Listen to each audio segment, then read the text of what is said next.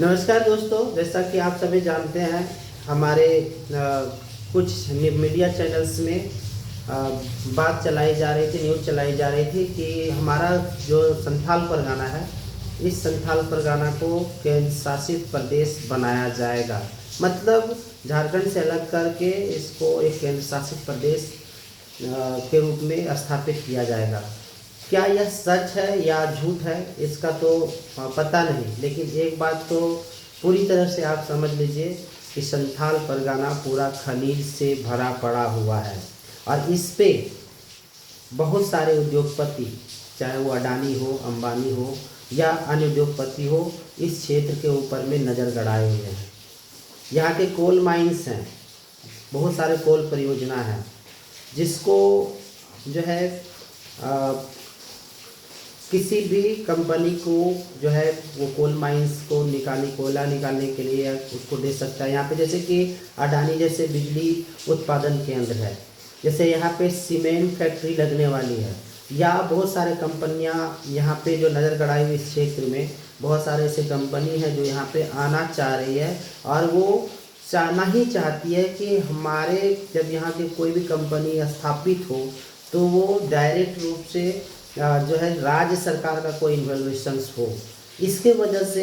एक यहाँ पे छोटी सी चाल चली जा रही है, कैसे यहाँ के लोगों का ज़मीन को, यानी यहाँ के जो एसपीटी एक्ट है, एसपीटी एक्ट के तहत जैसे यहाँ पे बहुत सारे संथाल लोग जो हैं जो अपनी ज़मीन को दान के रूप में, यानी ज़मीन को दूसरे को बेच नहीं सकते हैं। जैसे ही केंद्र शासित प्रदेश होगा तो क्या हो जाए कि बहुत सारे कंपनी आएंगे और कंपनी आने के बाद जो है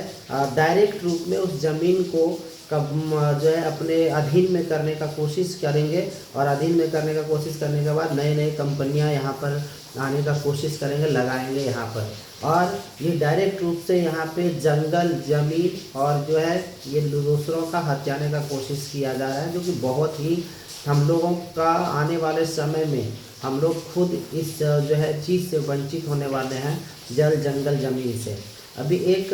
कंपनी आई है अडानी, जिसमें आप बता सकते हैं कि ये केंद्र शासित प्रदेश नहीं होते हुए भी जब 75% लोगों को यहाँ पर रोजगार देने की बात कही गई थी तो 75% रोजगार अभी तक नहीं मिल पाया है स्थानीय लोगों को। कितने लोग यहाँ पर जो है बेरोजगार पड़े हुए हैं, लेकिन वो अडानी में जो है काम नहीं कर पा रहे हैं। यहाँ देखिए कि इतना इसका एयर पोल्यूशन इतना गिरा हुआ है, इस क्षेत्र का एयर पोल्यूशन इतना गिरा हुआ है कि अडानी ने अपने एयर पोल्यूशन को सही करने के लिए यहाँ पे कुछ भी ऐसा जो है इक्विपमेंट्स या कुछ ऐसा व्यवस्था नहीं किया कि जो कि एयर पोल्यूशन का इंडेक्स को सही से सुधारा जाए, उसका सही तरह से किया जाए, ऐसा कुछ नहीं किया है। तो आप सोच सकते हैं जब ये केंद्र शासित प्रदेश बनेगा, अगर केंद्र शासित रूप से ये केंद्र अगर इस संथाल परगना को अपने अधीन में कर लेगा तो आने वाले समय में जितने भी कोल माइंस होंगे, जितने भी जो